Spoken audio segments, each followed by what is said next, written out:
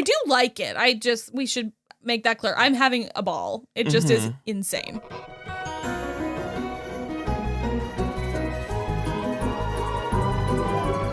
Hello, everybody. I'm Will. And I'm Kristin. And this is So I'm Watching Desperate Housewives, Season 1, Episode 2. But underneath. This is, I think they're all Stephen Sondheim lyrics. I think you're right. I think I remember that. Comes from the Stephen Sondheim song of the same name from the musical Follies. Like the first piece of trivia. So, it's a slight retread of the pilot, just giving breathing room, giving sort of there's not really new information introduced, except for the weird chest that Paul has, and then the fact full of all of the balloons from the Up House. Full of something. Well, okay, so because I don't remember buoyant. Because I don't remember what's in it, I can't speak to it. But like, it's possible that can happen if there were to be something decomposing inside of it. Oh, because you're like a body releases gases, but it like sunk down so in a way that made it seem like water was getting in it as well. Could go either way. So we got that, and we got the reveal that Mike is a widower, and so his like late wife asked him to care for the dog, and so like those are the two things that. And he seems to be doing some sort of investigation of Wysteria Lane that is maybe not on the up and up. Because it's hidden in his pantry. Maybe not kosher, yeah. So there was some details added, but we were largely keeping with the plots that we established in the pilot, which I do think works, especially given how breakneck the pilot is. Yeah. It's like, run that by me again. So Susan is continuing her attempted courtship. She's remarkably bad at it. So bad at it. Like, Did you want to have dinner with me?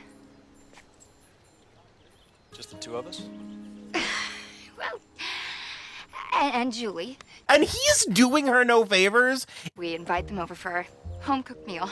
Sort of a tradition. I thought you said you were a lousy cook. Well, I order takeout. Oh, you invite him over for home cooking and give him takeout. Yeah. It helps that he's seemingly undercover, because if he weren't, I would hope that he would be giving her something to work with. Yeah. Well, the other thing, too, which is why I brought up the fact that he's a widower, is that the last scene with him and Susan actually does a lot for both of them, which is the fact that when she realizes that he's still in love with his wife. Well, it was your dog. I get it. Actually, he was my wife's dog, And just like that, Susan could suddenly see something she'd never seen before. He, meant so much to her. Mike Delfino was still in love with his late wife, and she knew right then neither she nor Edie would be laying claim to his heart anytime soon. No, it doesn't. Like, that does a lot for urgency. Yeah, that does a lot for Susan's character. It does take away the urgency of this romance, because then she's also not like fighting with Edie to get in this guy's pants. Oh. You know what I mean? But also it gives some depth to him, and it makes it more understandable why he's being just totally an idiot about them both just hucking their tits at him. Edie is just so much better at it, and also seemingly just being a person. Like, I do love that her best friend is Martha Huber. Yeah, I remember liking Martha Huber. I'm so curious. Keep going, because I just love that you just know where you stand with her. Yeah. Don't worry about clothing. I already started a collection from people in the neighborhood. What? I don't want to wear other people's old crap. Edie, you can be homeless or you can be ungracious. You really can't afford to be both. And I like that she's kind of pragmatic, you know? Yeah, in a way that, like, can be both good and bad. Because, like, when she tells Lynette that her mother left her on the side of the road when she wouldn't behave one time, and she never misbehaved in the car again, Lynette tries it, and it does end up working, but first she has to encounter a real weird lady who's like, I'm going to give you a piece of my mind, and then doesn't threaten to call CPS until Lynette is already driving away. Okay. So I think that makes a fair amount of sense. I remember the first time and this time where I'm like, well, don't do it in a cul-de-sac. Sure. Like, because, I mean, I guess actually probably if we're going to do that, then do it in a cul-de-sac. Because the way Martha Hooper tells it is like it was the side of the road. Like the side of the freeway. Yeah. The one time when I was acting up, she stopped and left me on the side of the road, and she drove off. You're kidding. Oh, she came back immediately, but I never misbehaved in the car again. You should try that. Mrs. Huber, I could never leave my kids by the side of the road.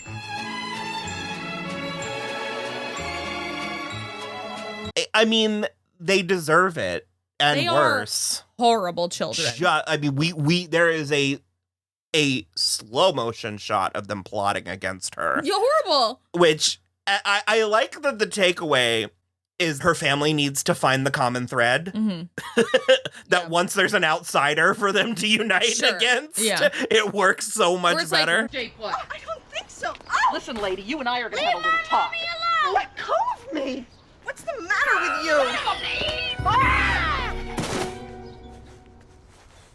Run, boys, run! We can plot against mommy, but when you're plotting against mommy, I'm going to bite you in the leg. That just rings. It does. I mean, it is kind of abridged, but it rings very true to me because that woman does seem like a busybody. Oh, yeah. And you know those people are the heroes of their own story. Yeah. And it is very funny. We were never like that with my mom, but it did feel very relatable. Yeah. It did feel very much like, oh, God, do you remember these days? And I feel like that's why the baby's in the front seat, because those kids are absolute gremlins in the back seat of this van. You're really upset. It's just because of the airbag, right? Yeah. Maybe that van doesn't have an airbag. That's worse. This baby's going to go flying through the windshield if they get in an accident. Well, she's strapped in. It's not cool. The baby... You're really upset by the baby. The infant baby is not supposed to be in the front seat. She's facing the right way. In that she's facing the wrong way. In the back seat, it would be fine. She's in the front seat. She shouldn't be in the front seat. Mommy's a genius. Anyway, that was Lynette's kind of entire plot. Yes. Yeah. Okay. Tom was nowhere to be found. He comes around. Not so far. I think we get him in a thong at one point. Oh. I might be merging. Okay, he's very cute. I'm not taking that away from him. I was trying to decide if I had finished with Mike and Susan because again, the fact that he's like undercover helps because he's just being so dense, and also it is a bad dog. Bongo, get down. Go on. Down. Go on. Sorry. No, I'm sorry. It's a very bad Like dog. it is on the table. Yeah. Licking gravy, and I kind of couldn't. That was a real jump scare for me this time, where I was like, I couldn't get over it. All the rest of it was just confetti. I was like, ugh. We're talking about Edie staying with Martha Hooper. Yeah, it's contrived. I mean, it all holds up. does it? My favorite part is what you pointed out, that if you want to watch along with us, that Edie couldn't be fucked. Like, she could not be bothered. Your measuring cup. We can just scrape off the burnt part and it'll look good as new. That's not my cup. Mine was plastic. Well, how did it get in here? I don't know. Who cares? Now, would you put that down and start looking for jewelry? She's like, yeah, I know, that's not my measuring cup. Who cares how it got find here? some diamonds. Like, find some jewelry. Martha is like, I'm going to get to the bottom of this mystery that nobody gives a shit about except for me. My favorite is Martha says, without irony, to Julie, I was just admiring this new measuring cup of yours. Oh, Julie, I was just admiring your new measuring cup. Yeah, we lost ours. Really? Just a Pyrex. Well, she also, like, when she finds the one in Edie's house, she says, this looks like it could be salvaged. And I was like, if I know one thing about Pyrex, if it is heated improperly, it is useless and it will explode the next time you use it. And the fact that it's been in a house fire, don't reuse that. But then her literal whole instinct is that Susan bought a new measuring cup. So obviously the one in Edie's house belonged to her. I guess. Check. It does not check. Well, my favorite part is she finds the measuring cup because she's snooping through Susan's groceries. Yeah. And using her new perfume that she doesn't like. She makes like face. Yeah. Also, I want to know how long those groceries have been sitting there. There was milk in one of those bags. You were really annoyed that because they were grocery shopping for dinner and they stopped. These groceries in Susan's house were separate groceries from the ones that Mike was getting. Okay. But he was like carrying 3 bags at once. And then Susan came to help him with one. And then Edie pulled up on the street and they were already halfway onto the porch. And he, with both bags, just turned around and went and had a full conversation with everyone's acting crazy. Yeah, they really. I mean, it sort of. I keep being like, it's the 2000s. All of our pants were too tight. Like we were. I don't want to talk about some of the outfits in this episode. My favorite one was Bree's pink suit at therapy. Because it was just pretty. It was so pretty. I don't know what that like green and purple Susan was wearing. I don't want to talk about it. It was the wrong color green for that color purple, but that color purple looks so good on her that I wish that she had just worn that top with slacks or another pair of tiny jeans. But it also looked like it had been in like the wash too many times, like it had just lost all form. The purple, because of the little like ties, yeah. Gabby is. I don't remember her being quite that unlikable. I guess I do. Yeah, so... she goes to his house. Okay, we're not starting there. We're starting at the beginning where she's having sex with him. They're taking a bath together, which, like, I know she's so bad at this. I know that Carlos is gone, like, generally all day, but, like, that, like, the end of the day when he might be home at any time is not the time for a leisurely bath. So they're, like, getting back together or whatever. And then also... I feel like I shouldn't have to make a roadmap for other people to have affairs because, like, you shouldn't be taking all of your clothes off downstairs and then going to a second location in the house where you might not be able to pick up all of your clothes downstairs if your spouse comes home. And then she shoves him bodily out the window without his pants on. And then she, like, covers his pants with a pillow that's not even near big enough to do it. And I don't know, it was just such an irresponsible all around way to have an affair. Well, and it's like Carlos is the type that's like oblivious until he's not. Yeah. And so it's like on one hand, it's like he's not going to clock any of this shit. Yeah. But like on the other hand, it's like, but once he does, it's going to be a real problem. Going to be dead. And there's also going to be a minimum of one dead person. So that's the thing too, is like she seems terrified of the fact that he might find out. And so I'm like, well, then stop doing it. Like, if you're that terrified of what his reaction might be, you shouldn't be doing it. Because, like, Bree could have an affair, and I think Rex would be like, thank you. She goes to his house, presumably waits for his mother to leave. Because the car leaves. Yeah. And she's doing a whole, like, femme fatale, like, with a scarf and sunglasses and stuff. It's, like, very suspicious. Almost as suspicious as mowing your lawn in a ball gown in the middle of the night when Martha Hoover is your neighbor. We know one thing. But yeah, she goes to his house. The gravity of the situation is not lost on him. She's the only one that is like... Because he's like... Well, this is my room. Sorry about the mess. Oh, don't worry about it. You just missed my mom. Friday, she coaches my little sister's soccer team. Oh, yes. I heard that.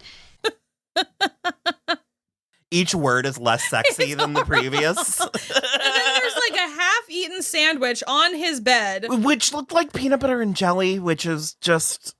That's a whole other level of... I love a solid peanut butter and jelly sandwich. Okay, so you're a grown woman fucking a 17-year-old boy, and he has a half-eaten peanut butter and jelly sandwich on his bed? Horrible. How long has it been there? How many nights? That's his How many after-school moons snack. have passed? That was his after-school snack. 2 moons have passed.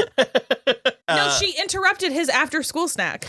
Because then he has the absolute audacity after they have sex to say, got tons of homework tonight. So it's easier to concentrate after sex. Well, I'm glad I could help. Education is very important. wow, an absolutely unhinged thing for a high school child to say. I don't get it. Oh, boy. Yeah. And so he then gives her his present, which this is after Carlos gave her. Do we even see it? It was like a bracelet, I guess. No, I assume it was a tennis bracelet, but we did not catch a glimpse of it. Yeah, just awful. Because Carlos comes in and gives her the bracelet. And then he's like, want to fuck as payment for this bracelet? Is that white gold? Yeah, put it on. And then make love to me. Not in the mood. But we could stay up and talk. When a man buys a woman expensive jewelry, there are many things he may want in return. Conversation ain't one of them. This transaction has not been completed. It's not been completed. She's like, we could talk. And he's like, men don't want to talk after they give expensive gifts. But that's the thing is because she perks right up. Yeah. He could have, if his goal, it was gonna happen. But the fact that he's like less talky, more. Yeah, it's the fact that he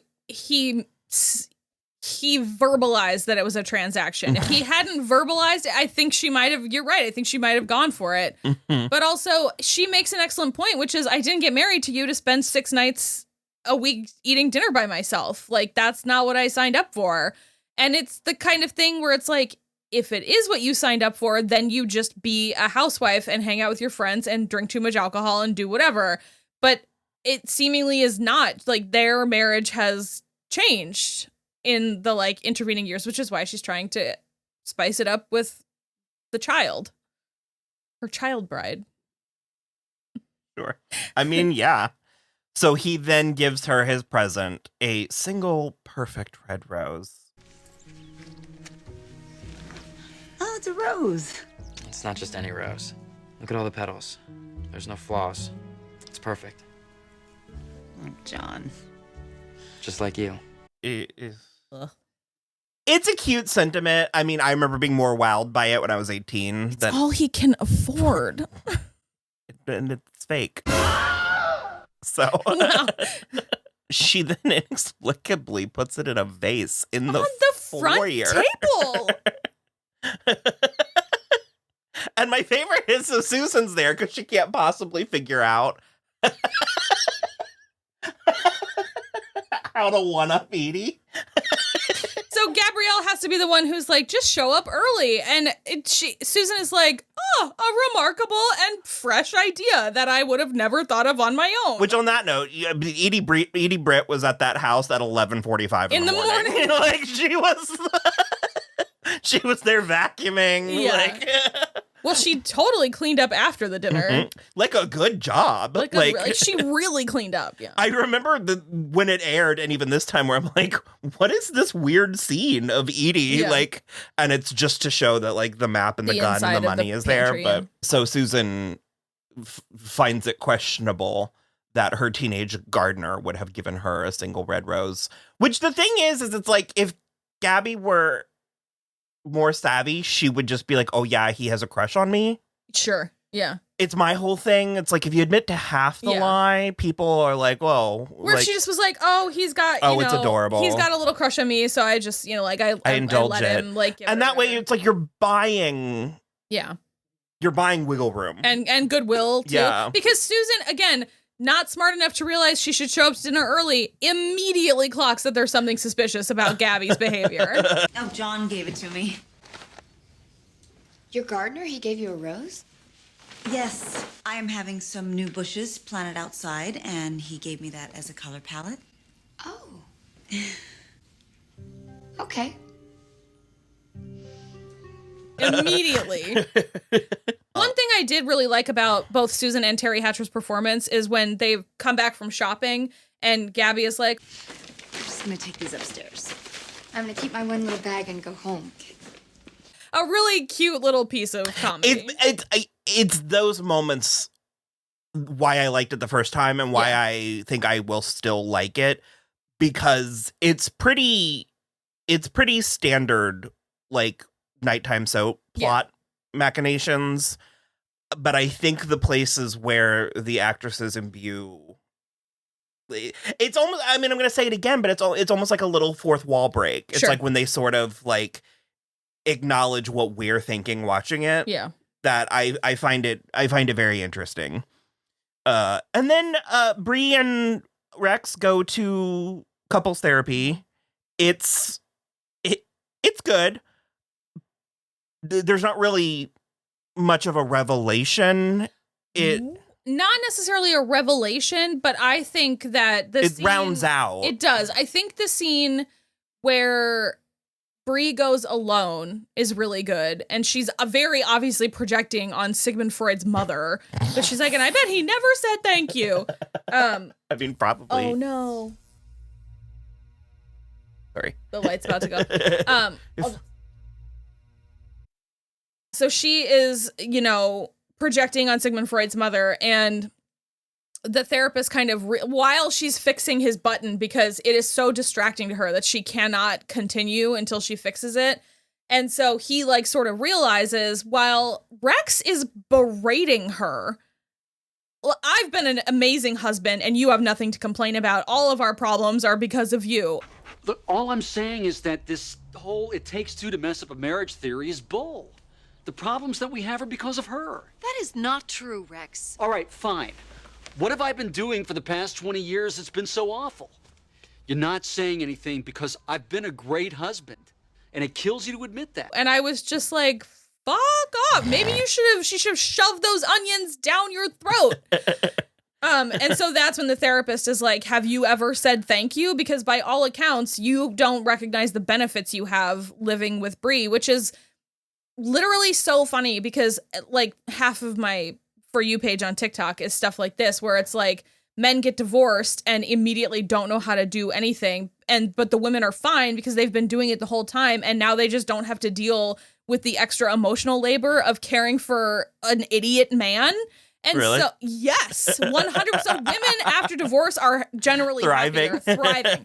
Because they're like, I made the choice now to do all of this work myself. I'm not doing all of this work in spite of someone else. Mm-hmm. And so for Rex to have never recognized that his house is always clean, his kids are always cared for, there's always food on the table, and his clothes are always ready for him to go to work every day, not to mention any like her keeping plans straight. And in episode 1, his like, we owe the Hendersons a dinner thing. Like, you owe the Hendersons a fucking dinner, man.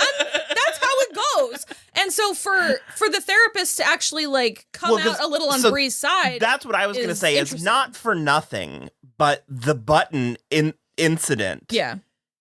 Her prioritizing was incorrect. Yeah. However, there was something that needed to be fixed. She had the means and ability to fix it. Yeah. Also, that neither of those men were going to fix it. That button would have stayed that way for the entirety of that jacket's life. Yeah. Yeah. And so I do think it's like, okay, fine. So yes, her priorities weren't completely even keeled, but she's not wrong. I mean, she's not wrong. I think the thing is like she is a flawed character and she is doing things wrong, and especially the fact that she won't actually do the balance is off. The therapy because she's just making small talk for the whole first hour. And if she won't do the therapy, then, that's not helpful either. But it just is because like, those kids are just shit. They're not recognizing her either. They're like, why can't we eat navy beans for dinner? And hey, navy beans are delicious. I said they're pretty good.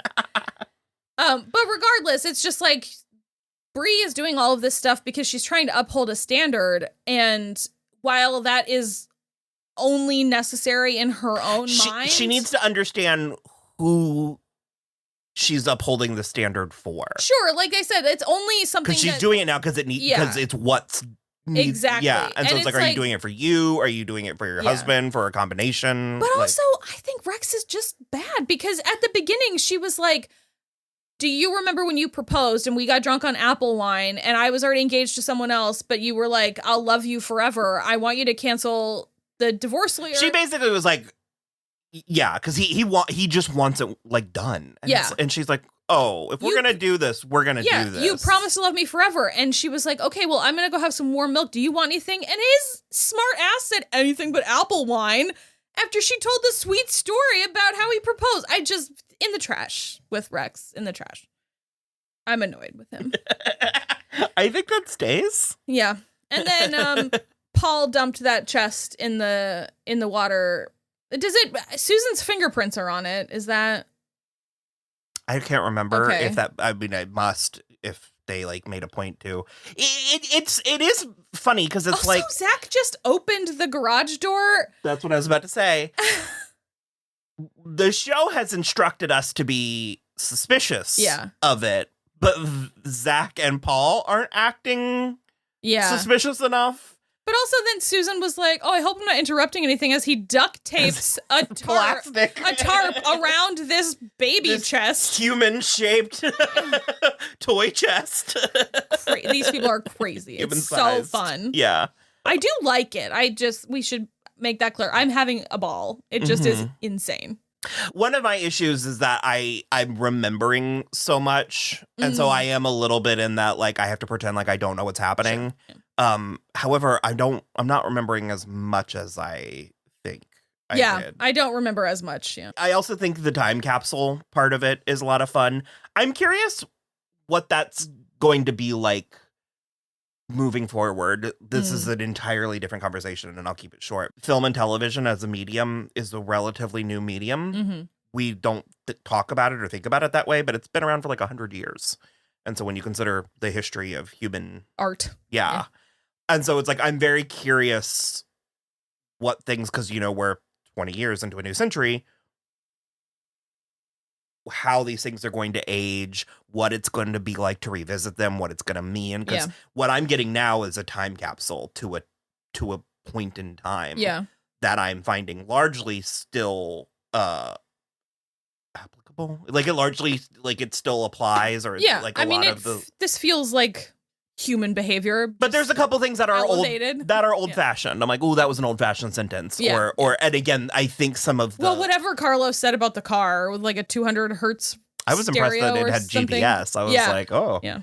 I don't remember clocking as many of them being so morally questionable. Yeah. I mean, that's part of the I guess fun. it's mostly just Gabby. Yeah. And the Desperate Housewives. Yeah. And I do think, because we are giving and going to continue giving Gabby a hard time. And I think Eva Longoria does a very good job of keeping her charming. She's walking the line, yeah. Because Gabby is kind of a monster. She's kind of terrible. Well, she also, she is a little conflicted, where it's like she's very excited about the car, but then also she doesn't say anything to Carlos because she prefers the rose. You do get the notion that she is experiencing all of these thoughts and emotions in real time. Yeah, well, it's also... Like, I don't think that the idea that what she's doing is morally wrong, like, in a real sense, hit her until the rose was... Sure. On the table. Yeah. So to speak. And when she realized that John's, like, in love with her.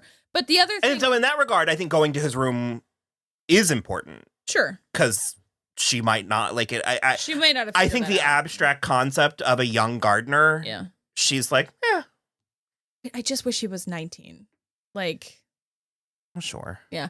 Regardless, I think what's interesting about that is also Carlos is completely misunderstanding the assignment, because she was like, I want you to surprise me again.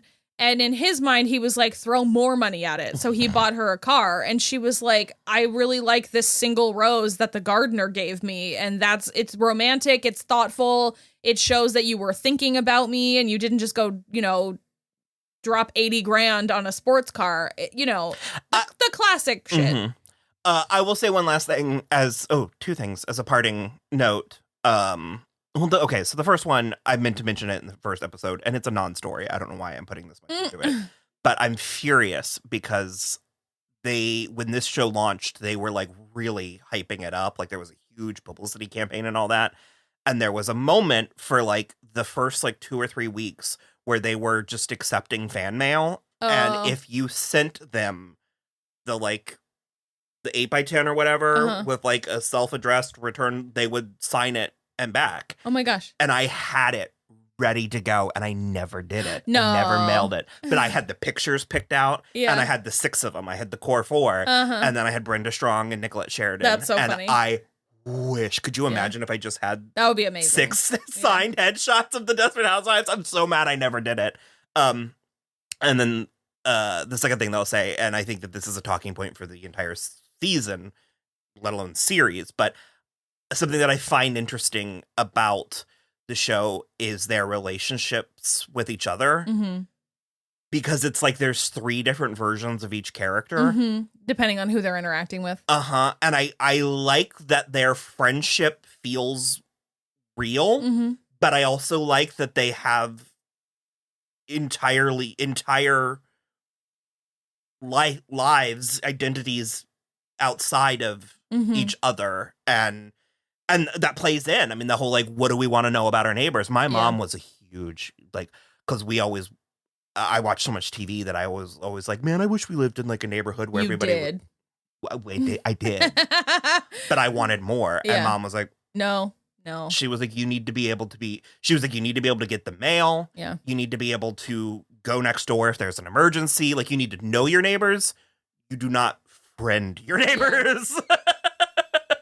And I guess that was a lesson that grandma. So that goes, that's some old suburban wisdom there. For sure. So I now pass it on to you. Yeah. Be friendly, be nice, but not too nice. You don't eat where you shit. So, okay. Well, we're going to watch the next one, and then we're going to talk about it. And there's nothing you can do about it. Nope. So. Bye.